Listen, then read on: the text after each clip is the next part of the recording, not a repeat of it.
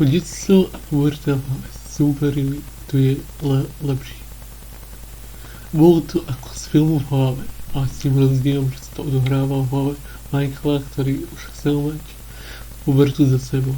Ale detstvo chcel, aby bol opäť malý chlapec. A bola tam dievčina menom Puberta. Bola to typická puberťačka, ktorá chce, aby jej život bol len jedna veľká párty. Vyzerala ako typické dievča vo veku puberty.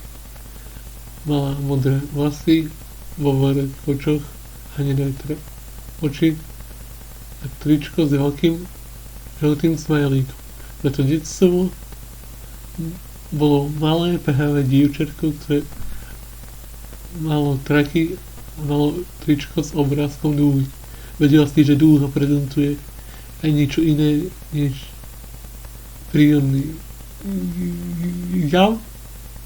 Spýtala sa Puberta detstva.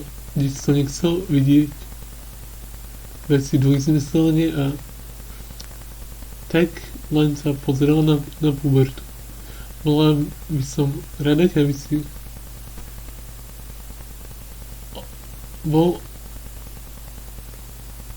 opäť ten malý chlapec robiac na pískovisku hrady spis. Tak si poslúš. Povedala Puberta detstvu. Detstvo prišlo ku ovládaciemu panelu a prepol režim detstvo. Michael si to hneď všimol.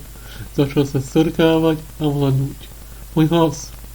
Michael nevedel, čo sa deje a bol už 13-ročný. Michael sa pozrel na správu, ktorú písal a už ničomu nerozumel.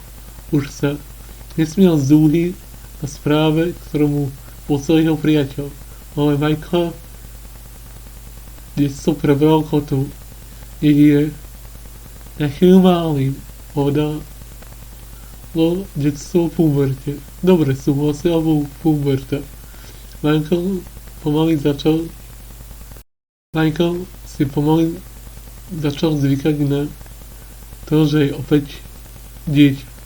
Hral sa s svojčovými hračkami a užíval si pekný deň. Hodiny plynuli a Michael si medzi tým pozrel rozprávky na Disney Channel a na YouTube Kids.